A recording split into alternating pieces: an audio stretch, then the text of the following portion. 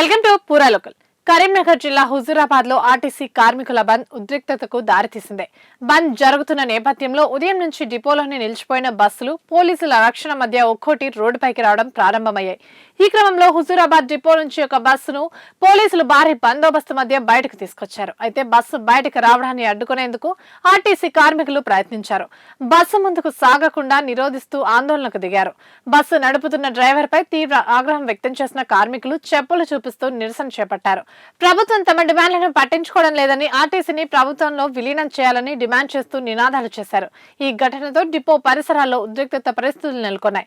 ఎలాంటి అవాంఛనీయ ఘటనలు జరగకుండా పోలీసులు చర్యలు చేపట్టారు. టీఆర్ఎస్ ప్రభుత్వం ఆర్టీసీని విలీనం చేస్తానని రాజపత్రం అంటే గెజిట్ విడుదల చేసింది. అపాయింటెడ్ ఇచ్చేది ఉండే. అప్పుడు ఆయన అపాయింటెడ్ ఇచ్చే సమయంలో ఈ ఎలక్షన్ కోడ్ రావడం వల్ల అది వాయిదా పడ్డది. దాదాపు 90% ఆర్టీసీని ప్రభుత్వం విలీనం అని చెప్పి జరిగింది. తదుపరి కాంగ్రెస్ పార్టీ తన మేనిఫెస్టోలో ఆర్టీసీని ప్రభుత్వం విలీనం చేస్తా అని, 2 PRCలు ఇస్తా అని, రిటైర్మెంట్ కార్మికులకు ఉన్నటువంటి బాధ్యతలన్నీ చెల్లిస్తా అని, రాష్ట్ర ప్రభుత్వంతో సమానంగా వేతనాలు చేస్తా అని, యూనియన్లను పునరుద్ధరిస్తా అని చెప్పి మాకు హామీ ఇచ్చి ఆర్టీసీ అందులో కాంగ్రెస్ మేనిఫెస్టో పెట్టడం వల్ల మేము నమ్మి అందులో వాళ్ళకి ఓట్లు ఇచ్చి ఈ రోజు కాంగ్రెస్ ప్రభుత్వం ఏర్పడడానికి మేమే ప్రముఖమైన కారణం. అయితే ఈ రోజు ఆ మేనిఫెస్టోని పక్కకు పెట్టి 2.5 సంవత్సరాలు గడిచిపోయింది. 1 సంవత్సరం క్రితం సమ్మెను కూడా వాయిదేసుకున్నాం. అప్పుడు ఇండియా పాకిస్తాన్ యుద్ధం ఉండే, వాయిదేసుకోవడం వల్ల మళ్ళీ ఈ రోజు పెడితే కమిటీ ఉందని చెప్తే ఏ కమిటీ ఏ పేరు చూపించమని చెప్పి మరి రాష్ట్ర నాయకత్వం అడిగితే ఆ కమిటీ రాష్ట్ర ప్రభుత్వం గత ప్రభుత్వం వేసింది. అంటే గత ప్రభుత్వం ఆల్రెడీ యూనియన్ చేయమని ఇచ్చింది. అంటే మళ్ళీ ఇప్పుడు హడావిడిగా నిన్న ఒక 4-5 సభ్యులతో కొత్త కమిటీ ఏర్పాటు చేసి ఆ నాయకులను చర్చలకు ఆహ్వానించారు. వాళ్ళు ఏం చెప్తారంటే మాకు 4 వారాల్లో సమయం కావాలి, మీరు సమ్మె వాయిదేసుకోండి, అంతే తప్ప మా గింతి అడుగున్నాను, మీకు గింతి అడుగుతున్నాం అని చెప్పి ఈ 5 మెంబర్ కమిటీ చెప్పడం జరిగింది. నేను వసంత, మాది హుజూరాబాద్ డిపో కండక్టర్ నేను మాట్లాడుతున్నా. నేను గత ప్రభుత్వము కేసీఆర్ సార్ మాకు ప్రభుత్వంలో విలీనం చేస్తానని ఒకటి గెజిట్ విడుదల చేశారు. అది 90% పూర్తిగా వచ్చింది.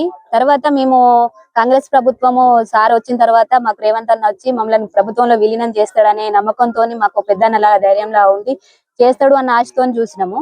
మాకు 2017 PRC కోసం కూడా 55 రోజుల సమ్మె చేసి అప్పుడు కేసీఆర్ సార్ 43%, చంద్రబాబు సార్ ఇస్తే ఈయన 44% ఒకటి ఇచ్చి చేసిండు.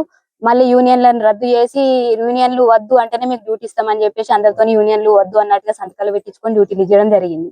చేసినాము. సరే యూనియన్ లేకున్నా కూడా అప్పటి నుండి ఇప్పటి వరకు కూడా మాకు ఎలాంటి బాధలున్నా సమస్యలున్నా మేము మా గొంతులోనే నొక్కి పట్టుకొని మేము సహనంతోనే ఓపికగా భూదేవికి ఎంత ఓపిక ఉంటుందో మా ఆర్టీసీ కార్మికులకు కూడా అంత ఓపిక ఉంటది. డ్రైవర్ అన్నలకైనా కండక్టర్లకైనా ప్రతి ఒక్కరితోనే మేము సామరస్యంగా చూసుకుంటూ మంచిగా డ్యూటీలు చేసుకుంటున్నాము.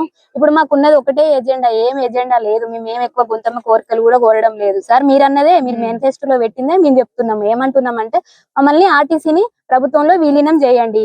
మీరు ఎంతసేపు సమస్యలు పరిష్కరించుతాం అంటున్నారు కానీ మేము ప్రతి చిన్న సమస్యను మీ దృష్టి దాకా తీసుకురాలేము సార్. మాకు చాలా సమస్యలు ఉన్నాయి.